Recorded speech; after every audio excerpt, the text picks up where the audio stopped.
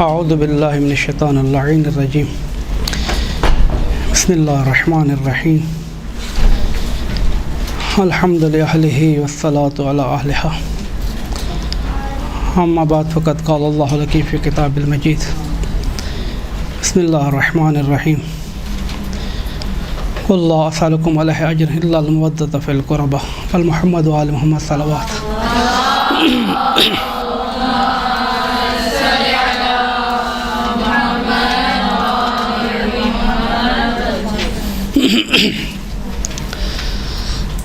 مناسبت آپ لوگوں کے سامنے ہے. انہدام جنت البقیع 8 شوال. جس آیت شریفی کی تلاوت کی ہے اس کا مفہوم بھی آپ لوگوں کے سامنے ہے. یعنی اجر رسالت امت نے اس صورت میں دیا ہے.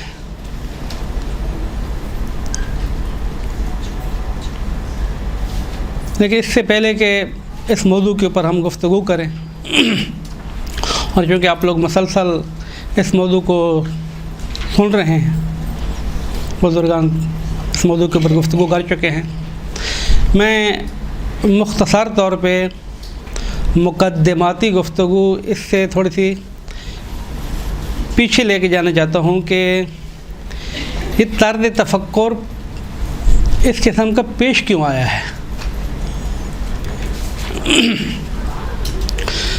مباحث بہت زیادہ ہیں آپ لوگوں کے سامنے ہیں. مسلمانوں کے فرقوں کے اوپر ہم گفتگو کر چکے ہیں کچھ دن پہلے. مسلمانوں کے اندر فرقوں کی تعداد تو الا ماشاء اللہ ہے، لیکن ایک فرقہ ہے جس کا نام ہے سلفی. تھوڑا سا آپ لوگ تفریق کریں اور اس چیز کو سمجھنے کی کوشش کریں ہم کہ جو بھی ہمارا مخالف ہے یا اہل بیت کا مخالفت ہم کہتے ہیں، یا مثلا شیعت کا مخالفت، یہ وہابی ہے. ایسا نہیں ہوتا ہے. اس فرقوں کو اگر ہم تقسیم کر دیں گے تو پتہ چلے گا کہ وہابی کیا ہے، سلفیت کیا ہے. پاکستان کے اندر 4 مذاہب میں سے ایک مذہب ہے. مذہب تو 4 آپ لوگوں کو پتہ ہے: حنفی، مالکی، شافعی اور حنبلی. یہ 4 مذہب ہیں اہل سنت کے. پھر ہمارا شیعہ موضوع نہیں ہے. شیعہ موضوع کو میں ٹچ نہیں کرنا چاہتا ہوں. ان 4 مذاہب میں سے پاکستان اس وقت مذہب کے اعتبار سے دیکھیں کہ بھئی 4 مذاہب میں سے کس مذہب کو ماننے والے ہیں، تو فقط حنفی کے ماننے والے ہیں. پاکستان میں کوئی شافعی نہیں ہے، پاکستان میں کوئی مالکی نہیں ہے، پاکستان میں کوئی حنبلی بھی نہیں ہے. یعنی امام احمد بن حنبل کے مقلد کے عنوان سے حنبلی نہیں ہے. تو پاکستان کے مطلب سارے سنی حنفی آ گئے؟ تو ایسا بھی نہیں ہے، ایسا بھی نہیں ہے. تو پھر پاکستان کے اندر خود داخل اہل سنت کے فعال فرقے 25 سے زیادہ ہیں.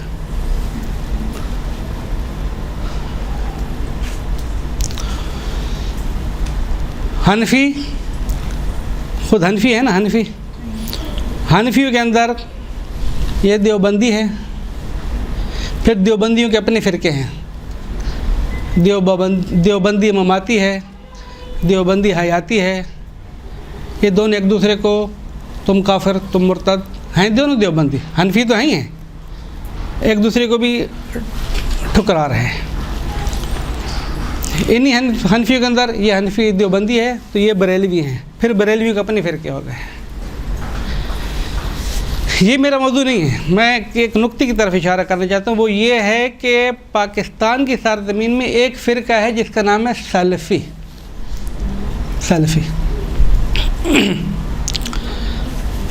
3 نام ہیں: سلفی، اہل حدیث اور غیر مقلد. سلفی، اہل حدیث اور غیر مقلد. یہ 3 عنوان ہیں لیکن فرقہ ایک ہی ہے حقیقتاً. لیکن خود سنیوں سے پوچھیں گے، سنیوں سے اگر آپ پوچھیں کہ آپ حنفیوں کے مقابلے میں جو اہل حدیث ہیں، یہ جو سلفی اپنے آپ کو کہتے ہیں، یہ جو غیر مقلد کہتے ہیں، سارے ایک ہی. تو کہیں گے نہیں نہیں نہیں نہیں نہیں نہیں نہیں، یہ تینوں جدا جدا ہیں.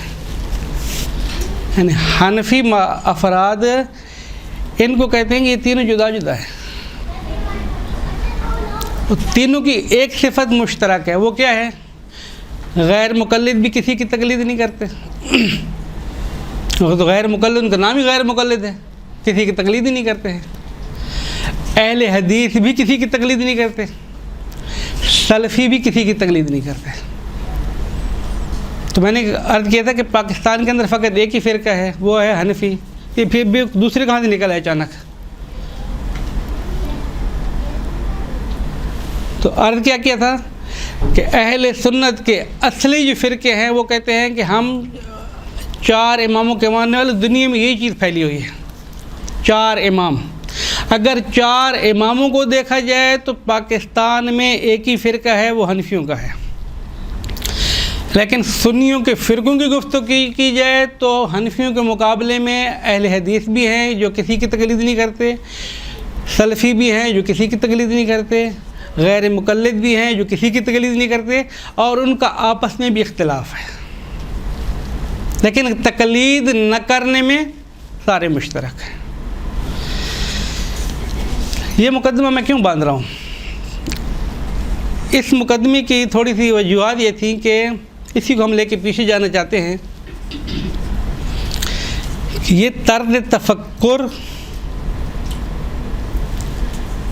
جو انہدام یوم بقیع کے عنوان سے پیش آیا تھا، اس کی بنیادیں بہت مضبوط ہیں. آپ نے سنا ہوگا، علماء پیش کرتے رہتے ہیں کہ ابن تیمیہ نامی ایک شخص آیا، 728 ہجری میں وفات ہوا ہے. ابن تیمیہ علامہ حلی کے معاصر ہے، ہمارے شیعوں کے علامہ حلی ہیں. ابن تیمیہ دمشق کا اہل سنت ہے، دونوں ایک ہی زمانے کے ہیں، دونوں کے آپس میں مناظرات بھی ہیں. ابن تیمیہ نے آ کے شروع کیا اس کام کو کہ بھائی مزارات نہیں ہونے چاہیے، قبے قبور نہیں ہونی چاہیے، کچھ نہیں ہونا چاہیے. یہ ایک فکر ابن تیمیہ نے شروع تو کی ہے. تقریباً سنی بھی یہ لکھ رہے ہیں اور شیعہ علماء بھی لکھ رہے ہیں، لیکن حقیقت یہ ہے کہ ابن تیمیہ اس فکر کا بانی نہیں ہے. ابن تیمیہ اس فکر کا بانی نہیں ہے کہ ابن تیمیہ نے آ کے شروع کیا ہو، نہیں. اس سے پہلے بھی ابن تیمیہ کے فکر کے افراد پہلے موجود تھے، جس فکر کو ابن تیمیہ آہستہ آہستہ رائج کر رہا تھا. ایک نقطے کی طرف تھوڑا سا اشارہ کروں. کامل ابن اسیر نے 443 ہجری یعنی 5ویں صدی ہجری کا نصف، 443 ہجری کے اپنی کتاب کامل کے اندر ابن جوزی نے اپنی کتاب المنتظم کے اندر ایک واقعہ لکھا ہے. میں کیا ہے، ابن تیمیہ ہے 728 ہجری میں مرا ہے. یہ واقعہ کب کا ہے؟ یہ واقعہ ہے 443 ہجری کا، ابن تیمیہ سے 400 سال پرانا. کیا واقعہ کیا ہے؟ واقعہ یہ ہے کہ بغداد کے اندر جو لوگ حنبلی تھے، جو اپنے آپ کو سلفی کہتے تھے، وہی اہل حدیث بھی ہیں،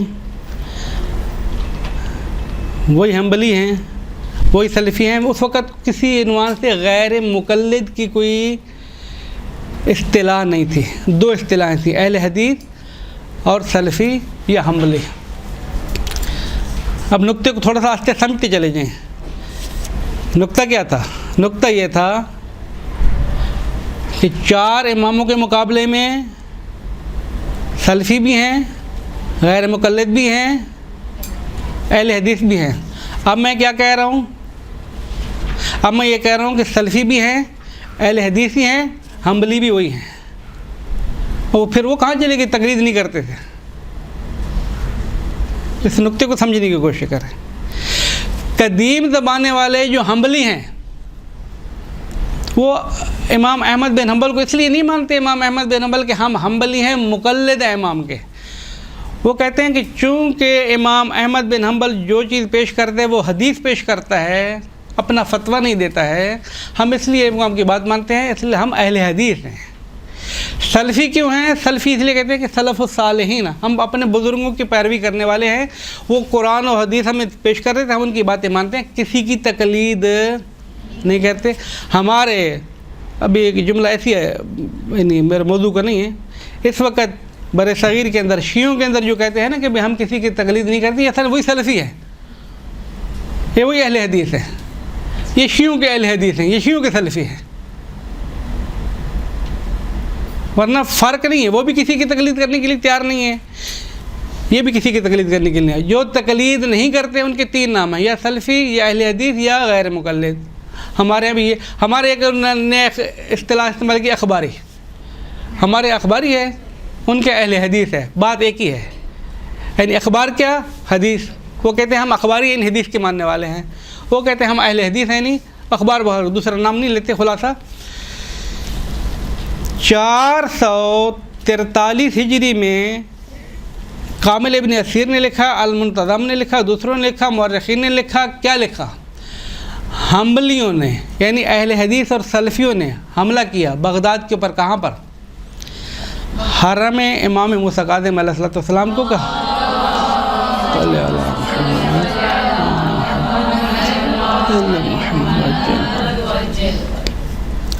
اور یہ کہہ کے حملہ کیا کہ ہم اس قبے کو گرائیں گے، یعنی کیا؟ انہدام جنت البقیع 1344 میں ہو رہا ہے، تو 443 میں 1000 سال پہلے، 900 سال پہلے وہ بحث ہو چکی ہے، کام کر چکے ہیں وہ لوگ۔ حرم امام کاظم کے اوپر حملہ کرتے ہیں، پھر مقاومت ہو جاتی ہے، جھگڑا شروع ہو جاتا ہے، شیعوں نے آ کے مقاومت کی، آگ لگا دی، فہرے کو جلا دیا، آگ لگائی، گرا نہیں سکے۔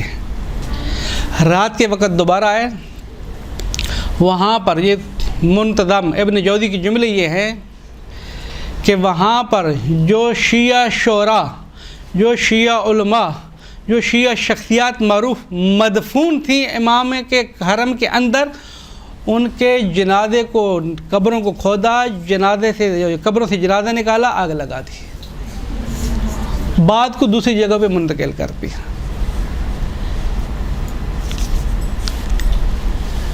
نقطہ کہاں جا رہا تھا میرا؟ یہ کہنا تھا کہ ابن تیمیہ کے یہ سارے مرشد ہیں، بزرگان جتنے بھی ہیں پہلے والے ہیں، ابن تیمیہ اس فکر کا بانی نہیں ہے، اس فکر کا مروج ہے۔ 700 ہجری میں ابن تیمیہ نے اس فکر کی بنیاد نہیں رکھی ہے، ابن تیمیہ نے اس فکر کی ترویج کی ہے کہ جو 500-600 سال پہلے سے چلتی آ رہی تھی امام احمد بن حنبل کی طرف سے، لیکن امام احمد بن حنبل خود اس فکر کے ماننے والے نہیں ہیں۔ اصل موضوع یہ مطرح کرنا ہے۔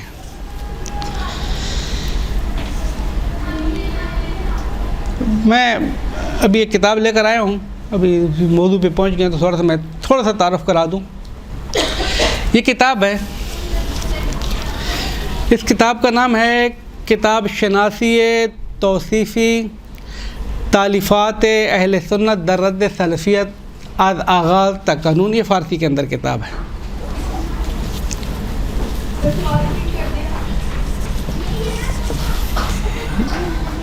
اس کا موضوع تو سمجھ آ گیا تھوڑا، یعنی کیا ہے کتاب شناسی توصیفی؟ سنیوں کے علماء کی طرف سے، حنفیوں کی طرف سے، مالکیوں کی طرف سے، شافعیوں کی طرف سے اور حنبلیوں کی طرف سے، میں اس کے اوپر تھوڑا سا زور دے رہا ہوں۔ سنیوں کی 4 مذہبوں کی طرف سے، حنفیوں کی طرف سے، شافعیوں کی طرف سے، مالکی کی طرف سے، حنبلی کی طرف سے، اس کے اندر 4 فصلیں ہیں اور ہر امام سے مربوط ایک فصل ہے کہ حنفی علماء نے سلفیوں کے خلاف، اہل حدیث کے خلاف، غیر مقلد کے خلاف، وہابیوں کے خلاف کیا لکھا ہے، شافعیوں نے کیا لکھا ہے، مالکیوں نے کیا لکھا ہے، اور حنبلیوں نے حنبلیوں کے خلاف کیا لکھا ہے. یہ اس کے اوپر میں زور دے رہا ہوں. اس کے اندر کتابیں معرفی ہیں. کیا کتابوں کو تعارف ہے؟ باقی موضوعات کو چھوڑ دیتے ہیں ہم. کہ امام احمد بن حنبل کے ماننے والے حنبلی علماء عربستان میں بیٹھ کر، سعودی عرب میں بیٹھ کر محمد بن عبد الوہاب نجدی کی تحریک چلانے کے بعد سے لے کر عصر حاضر تک، آج تک حنبلی علماء، سعودی عرب والے حنبلی اور سلفیوں کی رد میں کتابیں لکھ رہی ہیں کہ تم لوگ کہتے ہو ہم سلفی ہیں، تم لوگ کہتے ہو کہ ہم حنبلی ہیں، تم امام احمد بن حنبل کی فکر سے بہت دور جا چکے ہو، تم سلفی فکر سے بہت دور جا چکے ہو. قبروں کو گرانا، زیارت نہ کرنا، توسل نہ کرنا، زیارتوں پہ نہ جانا، یہ امام احمد بن حنبل کی تعلیمات نہیں ہیں. تھوڑی سی بات واضح ہوئی کہ حنفی علماء لکھ رہے ہیں، حنبلی علماء لکھ رہے ہیں کہ سعودی عرب والے کیا ہیں. میں نے پاکستان سے مقدمہ کیوں باندھا تھا کہ پاکستان میں سارے کے سارے حنفی ہیں، لیکن ایک فکر ایجاد ہوئی ہے جو کہتے ہیں کہ ہم سلفی ہیں، غیر مقلد ہیں یا اہل حدیث ہیں. یعنی ہم کسی کی تقلید نہیں کرتے. آپ لوگ کسی کی تقلید نہیں کرتے ہو نا؟ نہیں کرتے. تو عربستان والے تو کہتے ہیں ہم امام احمد بن حنبل کے ماننے والے ہیں، پھر آپ لوگ ان کی بات کیوں مانتے ہو؟ عملی طور پر تم فکر کرتے ہو کہ تم کسی کے مقلد نہیں ہو، تم اصل میں عربستان والوں کے مقلد ہو، تقلید کرتے ہو ان کی، انہی کی یہاں پر نشر و اشاعت کرتے ہو. لہٰذا جو یہ کہتے ہیں کہ ہم تقلید نہیں کرتے، خود ایک جھوٹ بولتے ہیں. سارے کے ساتھ، چاہے شیعہ ہوں یا سنی ہوں، وہ کسی نہ کسی کی کسی عنوان سے تقلید کر رہے ہوتے ہیں، تقلید سے چڑھتے ہیں بس. عربستان کے اندر 2 فکریں ہیں، یا امام احمد بن حنبل کے ماننے والے حنبلی ہیں یا سلفی ہیں. وہاں پر حنفی پیدا کرنا بہت مشکل ہے، یعنی ڈھونڈنا بہت مشکل ہے، شافعی ڈھونڈنا بہت مشکل ہے، مالکی تو خیر ہے ہی نہیں وہاں پر. لہذا عربستان میں 2 فکریں ہیں. تھوڑی سی توجہ کیجیے گا تو میرا مقدمہ اور یہ چیزیں بھی ملنے والی ہیں. عربستان میں 2 فکریں ہیں، یا امام احمد بن حنبل کے ماننے والے حنبلی ہیں یا سلفی ہیں، اہل حدیث ہیں. پاکستان میں 2 فکریں ہیں، یا حنفی ہیں یا سلفی ہیں. پاکستان میں بھی سلفی اور اہل حدیث ہیں، عربستان میں بھی، سعودی عرب میں بھی سلفی اور اہل حدیث ہیں. اب پیچھے چلتے ہیں تو امام احمد بن حنبل کا زمانہ جب آتا ہے تو وہ سارے کہتے ہیں ہم سارے کے سارے سلفی بھی ہیں، ہم سارے کے سارے حنبلی بھی ہیں. یعنی کیا؟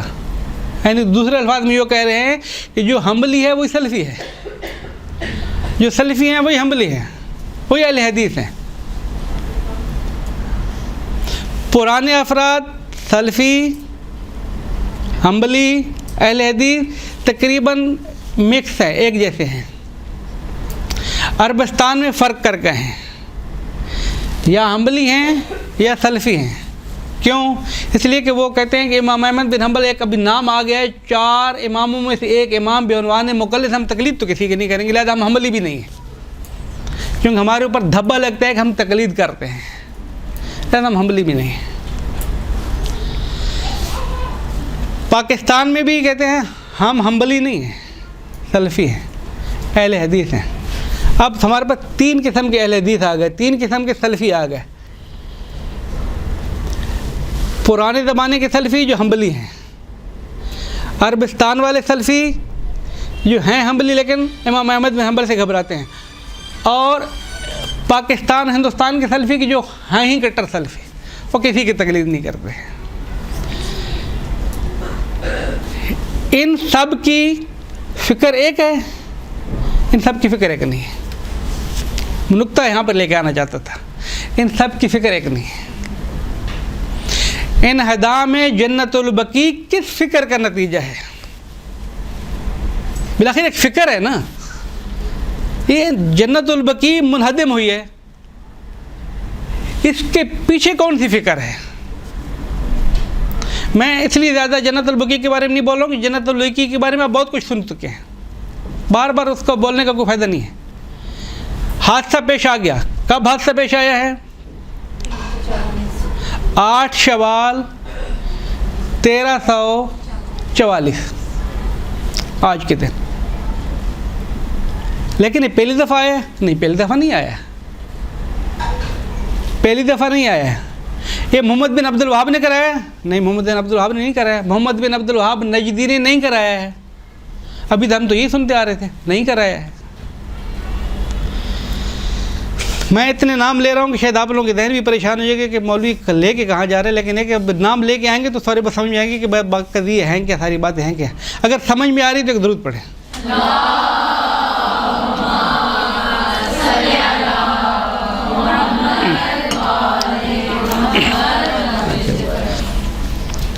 چلو انشاءاللہ کہ سمجھ میں آ رہی ہے گی۔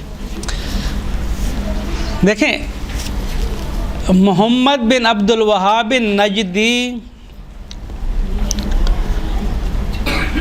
1160 ہجری میں، اب ایک نئی داستان شروع کروں پھر ملاؤں، 1160 ہجری میں وہابیت کی تحریک کو شروع کرتا ہے۔ وہابیت کی تحریک کیا ہے؟ یعنی علیحدہ تحریک شروع کی ہے نا اس نے 1160 ہجری میں، اور پہلے دن سے اس نے بدبختی کا اعلان کیا ہے۔ اس وقت ان کو 280 سال ہو چکے ہیں، 280 سال سے زیادہ ہونے والے ہیں۔ 280 سال کے اندر اگر ہم ترتیب سے لکھنا شروع کریں، ترتیب سے، تو شاید ہی کوئی سالیں ایسی گزری ہوں کہ ان لوگوں کے شر سے مسلمان محفوظ رہے ہوں، ورنہ متواتر 280 سال کے گزرنے کے باوجود یہ متواتر مسلمانوں کے اوپر ظلم کرتے آ رہے ہیں، متواتر ترتیب کے ساتھ مظالم ڈھا رہے ہیں۔ جنت البقیع ایک حادثہ ہے، کربلا کیسے ایک حادثہ ہے، لیکن جاودانی ہے، قیامت تک رہنے والا ہے۔ جنت البقیع ایک حادثہ ہے، اس کا مطلب نہیں ہے کہ یزید نے فقط کربلا ایجاد کی ہے۔ یزید کے مظالم کی داستان بھی بہت بڑی ہے، مدینہ کے اوپر بھی اس نے حملہ کیا ہے، مکہ کے اوپر بھی اس نے حملہ کیا ہے، مکہ کو نزدیک چلائی ہے، مدینہ کو اس نے اباگری کے حکم تک لے کر آئے، 3 دن تک مدینہ کو ویران کر دیا۔ اس کے اندر یہ سارے مظالم یزید کے تاریخ کے اندر اور بھی ہزاروں قسم کے واقعے، لیکن واقعہ کربلا ایسا واقعہ ہے کہ جو تاریخ بشریت میں ایک نمونہ ہے، مظالم کا، ظلم کا نماد بن چکا ہے، مظلومیت کے ممثل نماد بن چکے ہیں، اور تا قیامت اس واقعے کی مثال رہے گی زندہ۔ عربستان کے مظالم کی اگر ہم فہرست پیش کریں، اس کے اندر فہرست ہے، سب ٹوٹل فہرست ہے، فہرست پیش کرتے ہیں تو کوئی سال ایسے نہیں ہیں کہ جہاں پر عربستان نے، سعودی عرب والوں نے، وہابیوں نے حملہ نہ کیا ہو، لیکن جنت البقیع سب سے نکھرا ہوا ایک علیحدہ مرحلہ ہے۔ اس کی وجہ کیا ہے وہ اگر وقت ملا تو وجہ پہ گفتگو کریں گے، لیکن اس سے پہلے میں تھوڑا سا یہ اشارہ کر دوں کہ نجدی محمد بن عبد الوہاب نجدی 1160 ہجری جب 35 سال کا جوان تھا، 45 سال کا جوان تھا، اس نے آ کے تاریخ شروع کی۔ میں نے 35 اور 45 سال کی جو بات کی ہے، 2 تاریخیں اس کی ولادت کی ہیں کہ یہ 1100 میں پیدا ہوا ہے، 1105 میں پیدا ہوا ہے، 1113 میں پیدا، اس کے اختلاف چھوڑ ان کے پھر ہمارا موضوع نہیں ہے، جتنے کا بھی تھا خبیث۔ محمد بن عبد الوہاب نجدی نے 1160 ہجری میں تحریک چلائی کیسے؟ ایک لمبی داستان۔ محمد بن عبد الوہاب نجدی بنا کیسے؟ اس کے لیے آپ لوگ، اگر آپ لوگوں کے پاس فرصت ہو، وقت ہو، تو کتاب ہے ہم فریق اعترافات، اردو میں ہے، چھوٹی سی کتاب ہے، ہم فرے کے اعترافات۔ اس کتاب کو آپ پڑھیں کہ محمد بن عبد الوہاب بن نجدی کو اس جگہ تک کیسے لایا گیا۔ محمد بن عبد الوہاب نجدی خود نہیں آیا ہے۔ محمد بن عبد الوہاب بن نجدی جو وہابیت کا بانی اور مجدد اور رئیس ہے، وہ کسی ترتیب کے ساتھ آگے بڑھایا گیا ہے، وہ انگلستان نے بڑھایا ہے، استعماری ایجنٹوں نے بڑھایا ہے۔ ہم فرے کے اعترافات کہ میں نے کیسے محمد بن عبد الوہاب بن نجدی کے ساتھ اس کے خیمے میں رہتا تھا، اس کے کمرے میں رہتا تھا، اس کو کیسے بھڑکاتا تھا، اس کو کیسے تکبر دلاتا تھا، اس کو کیسے علمی تکبر میں گمراہ کرتا تھا، اور کیسے وہ ایک پوری داستان ہے۔ اگر آپ لوگوں کو شوق ہو تو اس کو پڑھیں کہ محمد بن عبد الوہاب بن نجدی کو ہم فرے نے کیسے گمراہ کیا، وہ علیحدہ داستان۔ محمد بن عبد الوہاب بن نجدی کی سرپرستی میں مظالم شروع ہو گئے، لیکن ایک بات اپنی جگہ پر ہے، وہ کیا؟ جنت البقیع کی انہدام میں محمد بن عبد الوہاب بن نجدی کا ذاتاً کوئی کردار نہیں ہے۔ خود ذات اگر دیکھا جائے تو کوئی کردار نہیں ہے۔ کیوں؟ اس لیے کہ محمد بن عبد الوہاب بن نجدی 1205 ہجری میں فوت ہو گیا ہے۔ کب؟ 1205 ہجری میں۔ کربلا کے اوپر 4 دفعہ حملہ ہوا ہے، سعودیہ والوں نے کیا ہے 4 دفعہ۔ سب سے شدید ترین حملہ جو ہوا ہے کربلا کے اوپر وہ 1216 ہجری میں ہوا ہے، 1216 ہجری میں کربلا کے اوپر حملہ ہوا ہے۔ ایک دن کے اندر، ایک غدیر کا دن تھا، تو کربلا میں رسم ہے، آج بھی وہی رسم ہے کہ غدیر کے دن جو ہے وہ سارے زائرین چلے جاتے ہیں نجف کی طرف۔ عربستان والوں نے دیکھا کہ آج ان کی غدیر ہے اور یہ چلے جائیں گے نجف۔ بزرگ سارے چلے گئے، جوان سارے چلے گئے، پیچھے کون رہ گئے؟ بچے، بوڑھے، مریض، عورتیں گھر رہ گئے۔ جب کربلا کی زمین جوانوں سے خالی ہو گئی، عربستان والوں نے حملہ کر دیا۔ گاڑیاں تو تھیں نہیں کہ ان کو جا کے اطلاع دیں، راستے ویسی ناکہ بندی ہو چکی تھی، کوئی جا ہی نہیں سکتا ہے کہ بھئی کربلا کے اوپر حملہ ہو گیا ہے۔ بڑے ناکہ بندی کر کے بڑے سکون کے ساتھ ظہر سے لے کر مغرب تک قتل عام کیا ہے۔ چند گھنٹوں کے اندر تاریخ کے شواہد یہ ہیں، تاریخ کے لیے جو کوٹ کیا ہے، 5000 لاشیں مشخص ہوئی ہیں ایک دن کے اندر۔ 5000 شیعان اہل بیت کا عربستان والوں نے قتل کیا ہے ایک دن کے اندر کربلا کی سرزمین میں۔ حرم حضرت ابوالفضل اور حضرت امام حسین کے اندر بقول ان کے کہ خون نہر کی طرح بہہ رہا تھا۔ 5000 آدمی کو جب آپ ذبح کریں گے تو کتنا خون نکلے گا؟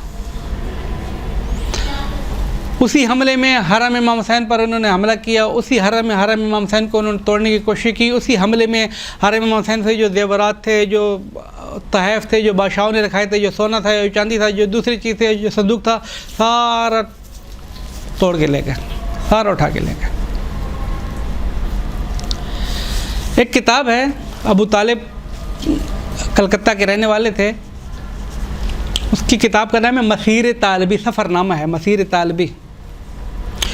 وہ لکھتا ہے کہ میں واقعہ کربلا کے 11 مہینے بعد کربلا پہنچا ہوں، اسی زمانے کی بات کر رہے ہیں۔ واقعہ کربلا کے اس سعودی حملے کے بعد 11 مہینے بعد میں کربلا پہنچا ہوں۔ 11 مہینے گزر جانے کے بعد جب میں پوچھتا تھا نا، آپ سنا سکتے ہیں کہ ہوا کیا تھا؟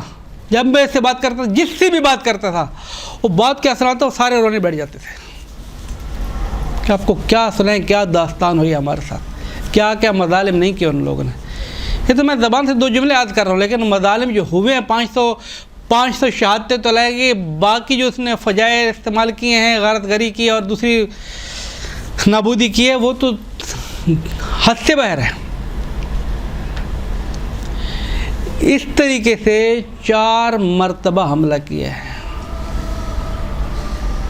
ایک دفعہ نہیں، 4 مرتبہ۔ ہمارے ایک بہت بڑے مجتہد ہیں آغا جواد عاملی. ایک تو آپ لوگ سنتے ہیں جواد عاملی صاحب حفظ اللہ جو قم میں اس وقت موجود ہیں, فلسفہ اور عرفان کے, یہ نہیں, یہ آغا جواد عاملی نہیں. وہ جواد عاملی سید جواد عاملی ہیں کہ جو نجف میں رہتے تھے, نجف میں رہتے. ان کی کتاب ہے مفتاح الکرامہ, فقہ کی بہت بڑی کتاب ہے, 25 جلدیں ہیں, مفتاح الکرامہ. وہ لکھتے ہیں کہ اس وقت کتاب کے اندر لکھ رہے ہیں, آپ اندازہ لگائیں کہ ہمارے بعض علماء نے کتنی خدمات انجام دی ہیں. اس وقت جب میں یہ الفاظ لکھ رہا ہوں تو میں قلعے میں بیٹھا ہوا ہوں. سعودی عرب والے وہاں بھی ہمارے اوپر حملہ کر رہے ہیں اور ہم ادھر سے ان کو جواب دے رہے ہیں. جب وہ لوگ بھاگ جاتے ہیں تو مجھے جو وقت ملتا ہے پھر میں کتاب لکھنے بیٹھ جاتا ہوں. یہ جو میں لکھ رہا ہوں, میں یہ الفاظ لکھ رہا ہوں, یہ میں قلعے میں بیٹھ کے لکھ رہا ہوں. ہمارے اوپر حملہ ہو چکا ہے, ہمارے اوپر حملہ ہو چکا ہے. وہابیوں کی تعداد بہت زیادہ ہے, ہماری تعداد بہت کم ہے, لیکن ہم شکست نہیں کھائیں گے. یہ ساری داستان بھی لکھ رہے ہیں اور ساتھ میں لکھتے ہیں کہ جب مجھے فرصت ملتی ہے تو میں, چونکہ میں نے کتاب تو لکھنی ہے, میں قال رسول و قال امام صادق قال باقر تو بتانے, فقہ کی کتاب ہے, توضیح المسائل ہے دوسرے الفاظ میں, 25 جلدوں کے اندر. ہمارے علماء کرتے کیا ہیں اور کیا پیش کرتے ہیں, یہ ہمارے ذہنوں کی بات ہے. یہاں پر انہوں نے مکتب کو بھی بچایا ہے, شیعوں کی جانوں کو بھی بچایا ہے, دشمن کے حملوں سے بھی بچایا ہے, دشمن کے شبہات سے بھی مذہب کو بچایا ہے, اور اس طریقے سے شیعت کو آگے بھی پیش کیا ہے. انہی کے استاد ہیں اسی آغا جواد عاملی کے. کیونکہ موضوع تھوڑا سا آ رہا ہے مظالم عربستان, ان کے استاد ہیں سید علی طباطبائی رضوان اللہ تعالیٰ علیہ. آپ حرم میں جائیں گے, حرم امام حسین کی طرف, جب حضرت ابو الفضل کی طرف سے آ رہے ہوں گے, بین الحرمین جو زیارت کر چکے ہیں تو ان کو یاد ہوگا. حرم سے جب حضرت ابو الفضل کی طرف سے آئیں گے امام حسین کی طرف, تو سیدھے ہاتھ کی طرف ایک مسجد آتی ہے, مسجد آغا طباطبائی, سیدھے ہاتھ مین روڈ کے اوپر ہے, بین الحرمین, سیدھے ہاتھ کی طرف. یہ تھی آغا علی طباطبائی کی مسجد ہے. کون ہے جن کا میں ابھی واقعہ نقل کرنے جا رہا ہوں؟ یہ آغا طباطبائی اپنے زمانے کے مرجع تقلید ہیں. سعودی عرب کے وہابیوں نے حملہ کیا تھا جہاں پر نجف کو خراب کرنا ہے, کربلا کو نابود کرنا ہے, کربلا کو مسمار کرنا ہے, نجف کو مسمار کرنا ہے, اصالتاً ہم یہ کام کرنا ہے, ان کی مرجعیت کو ختم کرنا ہے. اب کرنا کیسے ہے؟ سارے عربستان کے جتنے بھی وہابی تھے نا, فوجی اور ان کے گنڈے بدماش سارے, انہوں نے آ کے کہا سید علی طباطبائی کے گھر پہ حملہ کرو, اٹیک اس کے اوپر ہونی چاہیے, ٹارگٹ آپ لوگوں کا وہ ہونا چاہیے. سید علی طباطبائی خود فرماتے ہیں جب وہابیوں نے میرے اوپر حملہ کیا, میرے گھر کے اوپر اٹیک کی, تو گھر والے سارے تھے نہیں, ایک میں تھا اور ایک میرا 1 سال کا بچہ.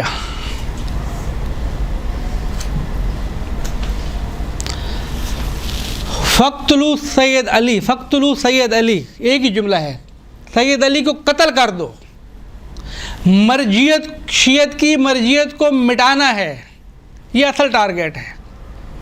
آج کل کے ٹارگیٹ کیا ہے؟ شیعت کی مرجعیت کو مٹا تو نہیں سکتے, تخریب کرنا ہے, خراب کرنا ہے, بدنام کرنا ہے. اس زمانے کے کیا کرتے تھے؟ مٹانا ہے, ختم کرنا ہے, قتل کرنا ہے. سازشیں فرق نہیں کرتی, مسلسل چل رہی ہیں, لبادہ بدل رہی ہیں, سمجھنا ہمیں ہوگا. شیعت کو مٹا رہا ہے, شیعت کی مرجعیت کو. آغا سید علی طباطبائی فرماتے ہیں میں نے بچے کو سینے پہ لگایا, میرے گھر میں ایک تندور تھا اور تندور کے ساتھ بیٹھ گیا کہ ادھر سے دروازہ کھلے گا, کمرے چیک کریں گے, یہ چیک کریں گے, دوسرا دروازہ باہر جانے کا ہے, ادھر سے نکل جائیں گے. تندور کی طرف, چونکہ تندور گھر سے تھوڑا سا اس سائڈ پہ ہے, تو میں چھپ کے بیٹھ جاتا ہوں, شاید بچ جائیں.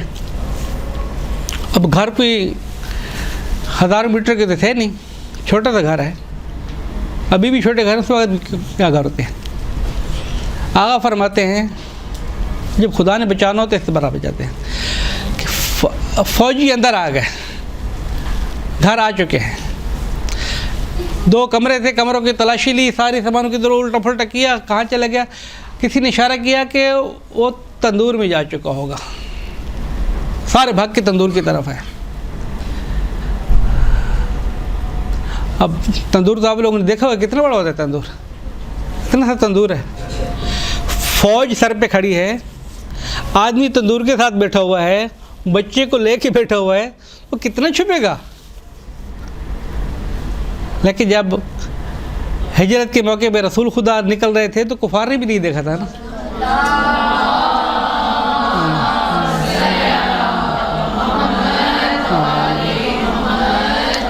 جب خدا نے بچانا ہو تو اس طرح بچاتے ہیں, خود خدا انتظام کر لیتے ہیں. یہ تندور ہے, تندور کے اس طرف تندور کے لیے لکڑیوں کا ڈھیر لگا پڑا ہے. تندور کے اس طرف آغا سید علی تبتوی مرجع تک جہان تشیع بیٹھے اپنے بچے کو گود میں لے کے, فوجی سر پہ کھڑے ہیں. تندور میں تو نہیں ہے, کہاں ہے؟ لکڑیوں کے نیچے چھپ گیا ہے. اب لکڑی سے نیچے چھپ گئے, جب عقل ختم ہو جائے استری کرنا ہوتا ہے نا. آغا فرماتے ہیں کہ اب لکڑی کو اٹھاتے ہیں, میرے اوپر ڈال دیتے ہیں. بچہ میرے سینے پہ ہے, لکڑی چھوٹی بھی ہے, لکڑی موٹی بھی ہیں, بڑی بھی ہے, تندور جلانے کی لکڑی ہیں. بالآخر آغا صاحب فرما رہے ہیں کہ مجھے سمجھ میں نہیں آ رہی ہے, جتنی لکڑیاں ادھر پڑی تھی ساری انہوں نے ہمارے اوپر ڈالی کہ ان کے نیچے پڑا ہوگا, اور ساری لکڑیاں میرے بچے کو لگی. ٹوٹل ایک لکڑی مجھے نہیں لگی چونکہ میرے سینے پہ تھا نا, وہ ساری لکڑیاں میرے بچے کو لگ رہی ہے. میرا بچہ 1 سال کا ہے, بچے کو کام تو آپ ہاتھ مارے تو رونا شروع کر دیتے ہیں, یہاں تو لکڑی پہ لکڑی لگ رہی ہے, اس کی اوفننگ ہو رہی. زبان کسی نے بند کی تھی؟ ایسی زبانیں بند نہیں ہوتی ہیں. انہوں نے کہا علی طباطبائی جو ہے یہاں سے فرار ہو گیا, مجھے چھوڑ کے چلے گئے. پھر گھر والے جب آئے سارے روتے روتے آئے کہ بھائی اتنی فوج اندر گئی تھی, اتنا تباہ کر کے آئے, تو آئی اسی لیے تھے کہ ہم ماریں گے کہ آغا طباطبائی کو. اب وہ پتہ نہیں آغا صاحب کا جنازہ پڑا ہوگا, ٹکڑے ٹکڑے کر کے ہو گئے, بچے کے کیا حالت ہو گیا, لیکن ہے تو ہے ہی نہیں. انہوں نے پھر آواز لگائی تو پھر پتہ چلا کہ نہیں. آغا نے کہا میری لکڑیوں کے نیچے پڑھو, نکالو بھائی یہاں سے. صحیح عالم نکلا. خلاصہ عرض کرنے کا مقصد کیا تھا؟ عرض کرنے کا مقصد یہ تھا کہ عربستان کے مظالم شیعوں پر, اہل بیت پر آج سے نہیں, یہ جنت البقیع سے شروع نہیں ہوئے ہیں. اور میں نے ایک تاریخ بتائی آپ لوگوں کو. تاریخ کیا ہے؟ تاریخ یہ بتائیے کہ محمد بن عبد الوہاب نجدی 1205 ہجری میں مر گیا ہے. یہ حملہ کب ہو رہا ہے؟ سارے حملے بعد میں ہو رہے ہیں. محمد بن عبد الوہاب نجدی اس حملے میں شریک نہیں ہے. میں اس کو بری نہیں کہہ رہا ہوں, لیکن آپ لوگ یہ سمجھیں, اس بات کو سوچنے کی کوشش کریں کہ یہ فکر ایک آدمی دیتا ہے وہ پروان چڑھتی ہے, اس کے مرنے کے بعد بھی پھر وہ فکر کام کر رہی ہوتی ہیں. فکر دی تھی 1000 سال پہلے چند سلفیوں نے. اس فکر نے بغداد قادمین پہ حملہ کرایا, اس فکر نے نجف پہ حملہ کرایا, اس فکر نے کربلا کے اوپر حملہ کرایا, طیف کے اوپر یہ حملہ ہوا تھا نا, طیف کے اوپر 1217 ہجری میں. 1217 یعنی آپ یہ سمجھیں کہ بھئی عربستان والے فقط شیعوں کی دشمن ہیں, فقط اہل بیت کی دشمن ہیں, تو ایسی بات بھی نہیں ہے. نہیں, ایسی بات نہیں ہے. وہ فقط شیعوں کی دشمن نہیں ہے, وہ فقط اہل بیت کی دشمن نہیں ہے. عربستان والے سعودی, اصلا آپ لوگوں کو پتہ ہوگا, میں اس موضوع کو نہیں چھیڑنا چاہتا تھا, کہ 2 خاندان ہیں. ایک محمد بن عبد الوہاب نجدی کا خاندان ہے اور ایک آل سعود کا خاندان ہے. 2 خاندان علیحدہ علیحدہ ہیں. آل سعود کون ہے؟ آل سعود دراصل آل یہود ہے. یعنی ایک تو ہم تقریروں میں کہہ دیتے ہیں نا آل سعود آل یہود, یہ آل یہود تقریری جملے نہیں ہیں, یہ واقعیت ہے. 850 ہجری میں بصرہ میں رہنے والا ایک یہودی یہاں پر آیا ہے اور اس کی نسل یہ آل سعود ہے۔ اس کی داستان اگر آپ لوگوں نے پڑھنی ہے کہ یہ آل سعود آل یہود ہیں کیسے، ایک کتاب ہے جس کا نام ہے تاریخ آل سعود۔ اس کے مصنف ہیں سعید، ناصر سعید۔ ناصر سعید کو شاہ فید نے اسی کتاب کی وجہ سے قتل کرا دیا تھا۔ وہ بھی سنی ہے، ناصر سعید بھی سنی ہے۔ اس نے تاریخ آل سعود کے اندر اس کا آل یہود ہونا بھی ثابت کیا ہے، ان کے شجرے بھی لگائے ہیں، ان کے حرکات بھی لگائے، اور ایک داستان ہے پورے پروف کے ساتھ انہوں نے بیش کیا ہے۔ اس کے بعد تو پھر بہت ساری کتابیں لکھی ہیں۔ انہوں نے اپنے شجرہ مصر کے افراد کو پیسے دے کے کیسے تبدیل کرائے، ایک داستان ہے، 35,000 دیے اور اس کو کہا یہ شجرے کو ہمارے اس طرح بدلو، ایک ساری داستانیں ہیں۔ لیکن آل سعود دراصل آل یہود ہیں، یہ تقریر جملے نہیں، یہ واقعیت ہے، یہ مسلمان نہیں ہیں، یہ یہودی۔ اس لیے تو ان کا سب سے زیادہ دلچسپی اسرائیل کے ساتھ ہے، اس لیے تو ان کی سب سے زیادہ دلچسپی جو ہے آپ اس سے اندازہ لگا سکتے ہیں۔ اب ابھی دیکھیں نا، آپ ابھی ان تاریخوں کو پڑھیں،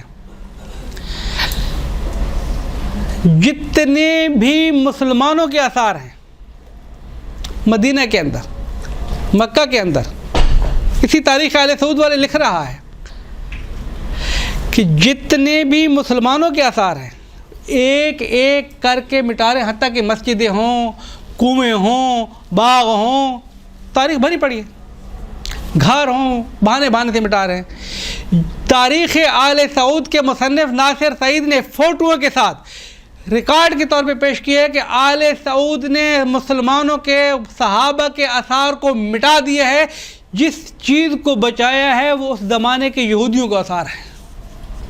آل سعود مسلسل کوشش کر رہی ہے کہ یہودیوں کو کوئی اثر مٹانا نہیں چاہیے۔ کیوں بھائی؟ آثار مٹانا تو آپ لوگوں کی تعلیمات کے اندر ہے۔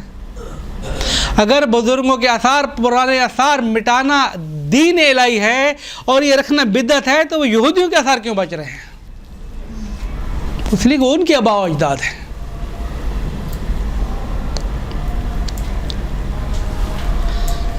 شورش کشمیری نے ایک کتاب لکھی ہے شب جائے کے منبودم،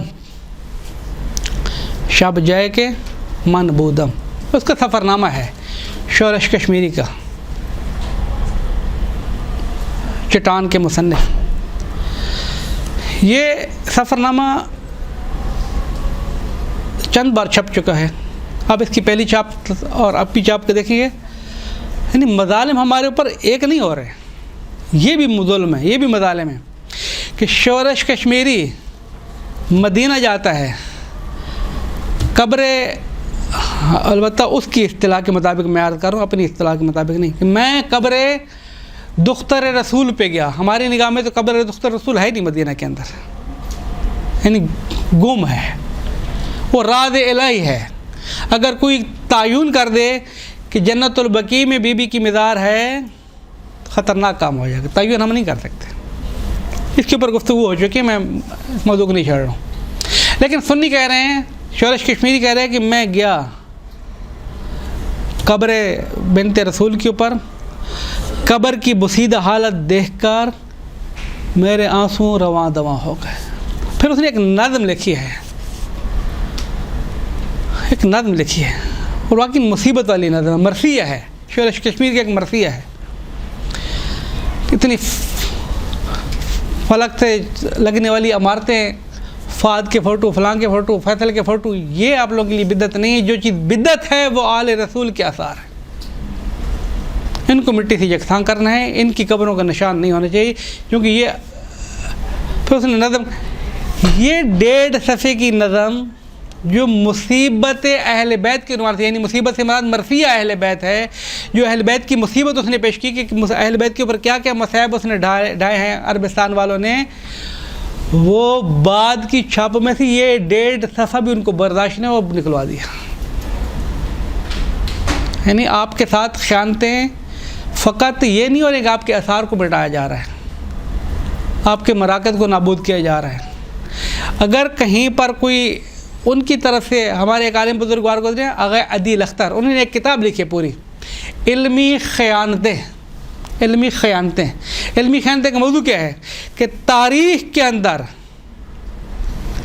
جتنی بھی کتابیں لکھی گئی ہیں، ان کے مورخوں نے یا ان کے ناشروں نے یا ان کے بانیوں نے یا ان کے چھپانے والوں نے اس کتاب کے اندر کیا کیا خیانتیں کی ہیں کہ شیعہ مذہب کسی طریقے سے ثابت نہ ہو سکے، حقیقت اہل بیت کسی طریقے سے سمجھ نہ سکے۔ علمی خیانتیں کتابوں کے اس کے اندر یہ حذف کر دیا، اس کے اندر یہ حذف کر دیا، اس کے اندر اس کتاب کے اندر بھی شواہد ہم نے ذکر کیے ہیں کہ بھائی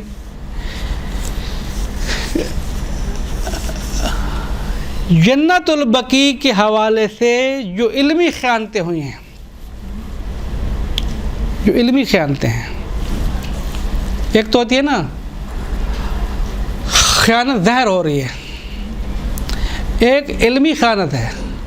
اب علمی خیانت کیا ہے کہ جو بھی اس وقت جاتا ہے جنت البقیع دیکھتا ہے تو کہتے ہیں جنت البقیع ماشاءاللہ اتنے تک، یہ خود خیانت ہے، یہ سارا جنت البقیع نہیں ہے، یہ خود خیانت ہے۔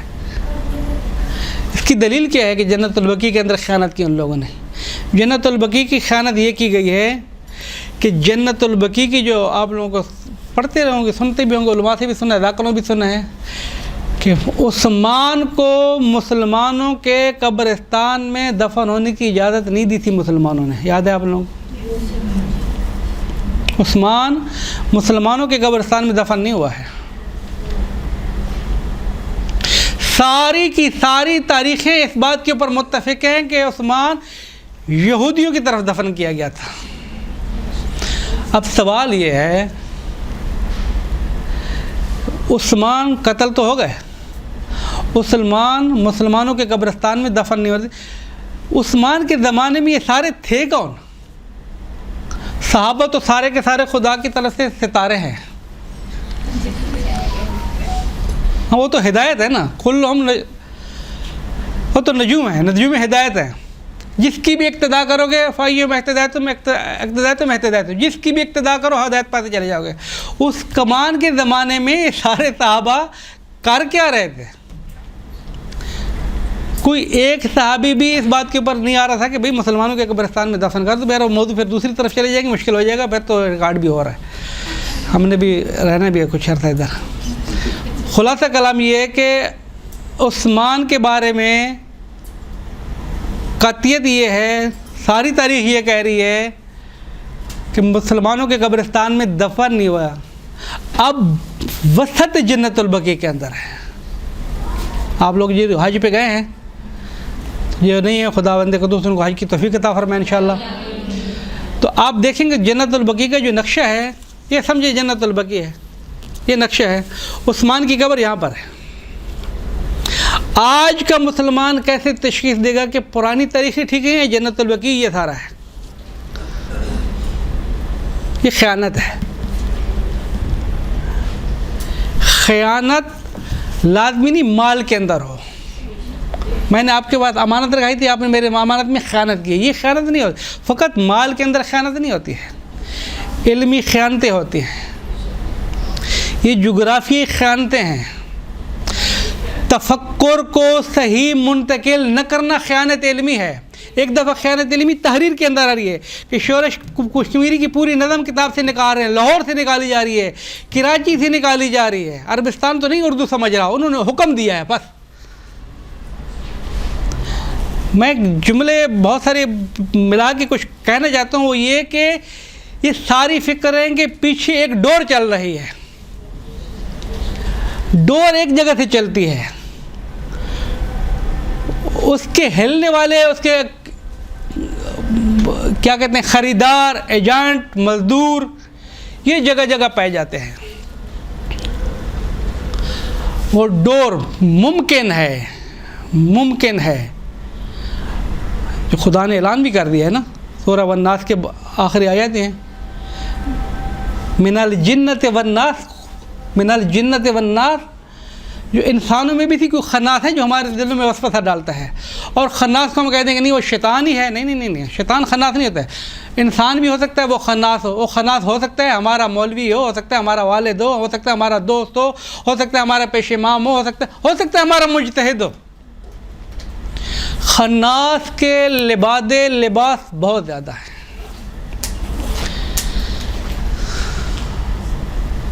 خناس کے لباس کو پہچاننا یہ ہم سب کی ذمہ داری ہے.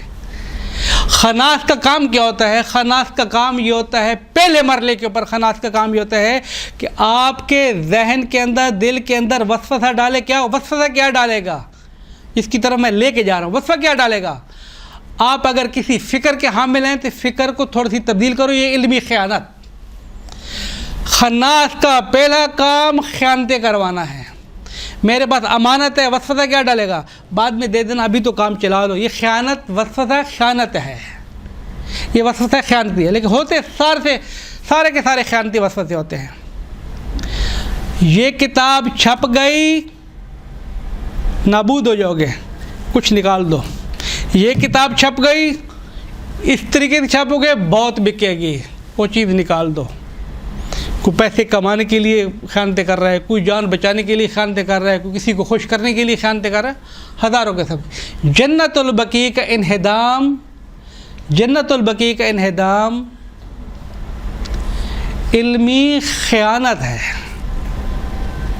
علمی خیانت کیا ہوئی؟ جو میں اتنا لے کے آ رہا تھا وہ اس موضوع کے لیے لے کے آ رہا تھا کہ حدیثوں کے اندر تحریف کی گئی، تعلیمات کے اندر تحریف کی گئی، آیات کی غلط تفسیر کی گئی، لوگوں کو بتایا گیا یہ حدیثیں ہیں، یہ آیات ہیں، یہ روایات ہیں، اس کی موجودگی میں آیا یہ مدار ٹھیک ہے، ہاں نہیں ان حدیثوں کی موجودگی میں تو گرا دو.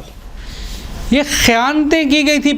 پہلے علمی خیانتیں ہوئیں، پہلے حدیثیں جال ہوئیں، پھر ان حدیثیں جال کرنے کے بعد خیانتی قسم کے فتوے آئے. پھر ان فتووں کی روشنی میں جن سے فتوے دکھائے گا، آپ لوگ سارے کے سارے مولوی ہیں، یہ حدیث ہے میرے رسول کی، یہ فرمان ہے میرے بزرگوں کا، اس کی موجودگی میں یہ قبہ ٹھیک ہے؟ نہیں، یہ تو بدعت ہے، یہ کفر ہے، گرا دینا چاہیے. دشمنی میں قبہ نہیں گرایا گیا. جنہوں نے گرایا ہے وہ دشمن نہیں ہیں. سمجھنے کی کوشش میں یہ کرنا چاہتا ہوں، میری محنت اس کے اوپر ہے. جنت البقیع کو مسمار کرنے والے جنت البقیع والوں کے دشمن نہیں ہیں. کربلا کے اوپر حملہ کرنے والے کربلا والوں کے دشمن نہیں ہیں. ہیں کیا پھر؟ سجن ہیں، دوست ہیں؟ نہیں، وہ علمی خیانتوں کا شکار ہیں. آج بھی داعش حملہ کر رہی ہے، سر قلم کر رہی ہے تو اللہ اکبر کے نعرے لگا رہی ہے، خدا کی خاطر کر رہے ہیں سارے کے سارے. ان کے دلوں کو پکا دیا گیا ہے، ان کے مغزوں کو پکا دیا گیا ہے. آپ مسلمان کے جسم کو کاٹ رہے ہیں، سر کو کاٹ رہے ہیں، تکبیر کا نعرہ لگا رہے ہیں. حسین کا سر بلند ہوا نعرہ تکبیر کے ساتھ. وہ سارے صحابی ہیں، سارے قرآن پڑھنے والے ہیں، سارے قاری ہیں، لیکن کوڑ مغز قسم کے لوگ ہیں. سارے کے سارے دشمن نہیں ہوتے. اکثر دشمن، میں بار بار کر رہا ہوں، دشمن محدود ہوتے ہیں جو ڈور چلا رہے ہوتے ہیں. ان لوگوں سے کھیلنا کیسا ہے وہ ان کو میدان جانتے ہیں. بعض افراد کو صحابہ کے نام سے کھیلیں گے، بعض افراد کو اہل بیت کے نام سے کھیلیں گے، بعض افراد مقدسات سے کھیلیں گے، بعض اوقات قرآن کو تحریف کر کے کھیلیں گے، بعض اوقات حدیث جال کر کے کھیلیں گے. پھانسی پہ لٹکایا جا رہا ہے ایک آدمی کو، داستان بہت طویل ہے. پھانسی پہ لٹکایا جا رہا ہے، مسکرا رہا ہے. تم مسکرا رہے ہو، تمہاری پھانسی کا وقت آ گیا ہے، میں مسکرا رہا ہوں. میری زندگی کا جو مقصد تھا وہ میں نے کامیابی سے حاصل کر لیا ہے. اب میں مر جاؤں یا میں زندہ رہوں میرے لیے کوئی فرق نہیں کرتا ہے. میں ایک مقصد کی خاطر زندگی گزارا تھا، میری پوری ہو گئی. تمہارا کیا مقصد تھا؟ میرا مقصد یہ تھا کہ مسلمانوں کے اندر ایسی تعلیمات رائج کر دوں، مسلمانوں کے اندر ایسی تعلیمات قال رسول و قال فلاں کہ رائج کر دوں کہ مسلمان اصلی دین ڈھونڈتے پھر ان کو نہیں ملے گا. میں نے 4000 حدیثیں گھڑ کے پیش کر دیے، اب ان کو پتہ چلے گا کہ دین ہوتا کیا ہے. اب اصلی دین ڈھونڈتے رہے ہیں لوگ. میں نے 4000 حدیثیں گھڑی ہیں۔ میرا مقصد تھا مسلمانوں کے اندر علمی خیانتیں کرنا، ان کو پریشان کرنا، ان کے ذہنوں کو مشوش کرنا، وہ ہو گئے ہیں۔ اب وہ آسانی سے میری حدیثوں سے جان نہیں چھڑا سکتے۔ اب میں مر جاؤں یا میں زندہ رہوں، میرے کوئی فرق نہیں پڑتا ہے۔ علمی خیانتیں، جنت البقیع کا انہدام دشمنی اہل بیت میں نہیں۔ میں نے آیت کی تلاوت کی تھی، قُلْ لَا أَسْأَلُكُمْ عَلَيْهِ أَجْرًا إِلَّا الْمَوَدَّةَ فِي الْقُرْبَى۔ مودت فی القربہ کیا تھی؟ آغا مسلمان، اے عزیز، تم خیانت کا شکار ہو گئے ہو، تم علمی شبہ کا شکار ہو گئے ہو، تمہارے دل حدیث پیش کر لی ہے، لیکن ادھر تو قرآن کہہ رہے ہے کہ آپ نے اہل بیت کے ساتھ مودت رکھنی ہے۔ میں آیت کے ساتھ اب ملاؤں تو یہ جملہ کہوں گا اس مسلمان سے کہ جو گرا رہا ہے کہ آپ کو حدیث دکھا کے گرائی جا رہی ہے، تو آپ ٹھیک ہے، آپ حدیث کے شکار ہیں، لیکن قرآن کہہ رہا تھا کہ میرے اہل بیت کے ساتھ محبت کرو۔ یہ سارا کا سارا مقبرہ جو آپ گرا رہے ہو، اس کے اوپر بلڈوزر چلا رہے ہو، یہ تیسری مرتبہ چلایا ہے۔ جنت البقیع 1344 میں یہ تیسری مرتبہ تھا۔ یعنی کیا؟ پہلے جو حملے ہوئے تھے وہ ناکام ہو رہے تھے۔ سب سے پہلا ہمارا جنت البقیع کے اوپر کب ہوا تھا؟ مدینہ کے اوپر کب ہوا تھا؟ 1220 ہجری میں۔ 1220 ہجری والا حملہ ہوا، نابودی بات ہوئی، لیکن مسلمانوں نے مقاومت کی۔ کیا آگے طاقت دکھائی؟ طاقت یہ دکھائی کہ اگر تم مناظرہ کرو گے ہمارے ساتھ، آؤ مناظرہ کرو پھر ہمارے ساتھ۔ 30 مولوی آئے ان کے ساتھ مناظرہ کرنے کے لیے، علمی طور پر شکست کھا گئے۔ ایک داستان ہے، ان کے سارے پیش کریں گے تو بہت لمبا چوڑا ہو جائے گا۔ 30 مولویوں نے جب علمی طور پہ شکست کھائی علماء سے، مدینہ کے سنی مولوی، مکہ کے سنی، میں بار بار عرض کیا کرتی، اس کتاب کا ایک باب ہے حنبلی علماء کی تالیفات حنبلیوں کے خلاف، انہی سلفیوں کے خلاف، انہی وہابیوں کے خلاف، انہی محمد بن عبد الوہاب نجدی والوں کے خلاف۔ کیا کتاب لکھتے ہیں؟ یہ جو تم تعلیمات دکھا رہے ہو نا کہ قبوں کو گرا دیا جائے، توسل نہیں کیا جائے، رسول خدا کی زیارت پہ نہ کیا جائے، یہ ساری تمہاری جہلوں کی تعلیمات ہیں۔ ہم بھی تو حنبلی ہیں، ہم بھی تو امام احمد بن حنبل کے ماننے والے ہیں، ہم بھی تو اہل حدیث ہیں، ہم بھی تو سلفی ہیں۔ یہ کتابیں کہاں لکھی، یہ حدیثیں کہاں لکھی؟ ان حدیثوں کو اس طرح معنی کیوں کر رہے ہو؟ یعنی کیا؟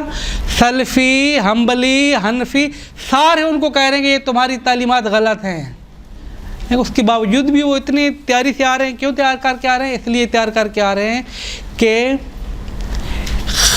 علمی طور پر قوم کو اتنی خیانتی تعلیمات دی، ان کے ذہنی بکھیر کے رکھ دیا۔ تو اصل نقطہ ہمارا ایک ہی جگہ پہ تھا ہمارا، وہ یہ ہے کہیں پر بھی فساد ہو، فساد سے مراد فکری فساد ہو، اخلاقی فساد ہو، معاشرتی فساد ہو، اور اس کے پیچھے کوئی ڈور چلانے والا ہو، تو وہاں پر خیانت ضرور ہے۔ اور سب سے پہلی خیانت علمی خیانت ہوتی ہے۔ علمی خیانت کے بغیر کوئی کام نہیں ہو سکتا۔ خیانت ہوگی کب؟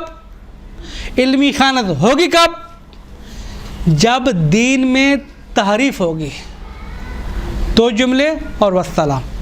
شہید مرتضیٰ بطیری رضوان اللہ تعالیٰ فرماتے ہیں کہ دین کے اندر دو چیزیں ہیں، ایک تحریفات اور ایک بدعات اور خرافات۔ عوام جتنی بھی ہے جو جہل ہے، جس کو دین کا کوئی شعور نہیں ہے، وہ ساری کے سارے دین کے اندر جو ہیں وہ بدعتیں ایجاد کرے گی۔ اب دین کے اندر بدعتیں ایجاد کرنا تو کہ اللہ ماشاء اللہ کراچی بھری پڑی ہے، ہماری شادیوں کے اندر پتہ نہیں کتنی بدعتیں ہیں جن کا دین سے کوئی واسطہ نہیں ہے، ہمارے اموات کے اندر پتہ نہیں کتنی بدعتیں ہیں، ایک بےہودہ قسم کے رسومات، یہ ساری بدعتیں، یہ عوام کا کام ہے۔ لیکن شہید مرتضیٰ فرماتے ہیں کہ ان بدعتوں کو، ان خرافات کو عوام ایجاد کرتی ہے، لیکن دین کے اندر تحریفات فقط علماء ایجاد کرتے ہیں۔ علماء کا کام، علماء سے مراد پڑھے لکھے افراد، پڑھے لکھے افراد کا کام یہ ہے کہ وہ تحریف کریں، لیکن اس کے مقابلے میں بھی پڑھے لکھے آ کے ٹکر لے گا۔ ایک مثال اور والسلام۔ مثال کیا تھی؟ اے عمار یاسر، تجھے باغی گروہ قتل کرے گا، فرمان رسول خدا ہے۔ عمار کو بشارت دی جا رہی ہے تمہیں قتل کر دیا جائے گا۔ جنگ صفین میں شہید ہو جاتے ہیں، حدیث رسول ثابت ہو جاتی ہے، دونوں فوجیں رک جاتی ہیں، عمار شہید ہو گئے۔ رسول خدا نے فرمایا تھا کہ تقتل فئۃ الباغی، تمہیں باغی گروہ قتل کرے گا، تو معاویہ کے گروہ نے قتل کر دی، بس وہ تو سارا باغی ہے۔ باغی چونکہ وہ عالم تھا، معاویہ عالم تھا، باغی نے کیا کہا، عمار قتل ہو گئے، مجھے اس کے اوپر شک نہیں ہے، لیکن علی نہ لے کر آتے، علی لے کر آئے ہیں، علی کی وجہ سے قتل ہوئے ہیں، تو باغی گروہ ہم نہیں ہیں، وہ علی والا گروہ ہے۔ ہاں تم ٹھیک کہہ رہے ہو، عوام کا تو کام یہ ہے نا، شبہ آیا ہاں تم ٹھیک کہہ رہے ہو۔ امیر المومنین نے فوراً نوٹس لیا، عالم کی ذمہ داری ہے کہ بدعتوں کو روکے، خرافات کو روکے، تعریفات کو روکے۔ امیر المومنین نے فوراً نوٹس لیا کہ اگر یہ شبہ بڑھ گیا تو عوام کو پریشان کر دے گا، یہ علمی خیانت ہے۔ امیر المومنین کا مطلب یہ ہے کہ حضرت حمزہ کے کاغذ کی تو رسول خدا ہے، احد میں حضرت حمزہ شہید ہوئے ہیں تو رسول خدا لے کے گئے تھے نا، حمزہ کے قاتل رسول خدا ہے آپ کی منطق کے مطابق۔ ہاں تم ٹھیک کہہ رہے ہو۔ شبہ کو رد کرنا ضروری ہوتا ہے اور یہ علماء کا کام ہے۔ شبہ کا شکار کون ہوتی ہے؟ عوام ہوتی ہے۔ علمی خیانتیں علماء کرتے ہیں، ان کے علماء حدیث جال کرتے ہیں، خیانت کرتے ہیں، قبہ نہیں ہونا چاہیے۔ پیچھے جو ڈور ہلا رہے وہ تو دشمن رسول ہے، وہ دشمن اولاد رسول ہے، اس کو یہ قبہ برداشت ہی نہیں ہے۔ مسلمانوں سے کیسے گروائے؟ مسلمانوں سے گرے گا ان کے رسول کی تعلیمات کے ذریعے سے، جعلی حدیث کے ذریعے سے۔ وہ تو بیچارے ہاں میرے مولا کا فرمان ہے، گرا دو، بس گرا دو، لیکن کنڈی ہلانے والے کچھ افراد اور ہیں۔ وقت بھی تمام ہو گیا اور باتیں تمام نہیں ہونے والی ہم سے۔ درود بر محمد وآلہ۔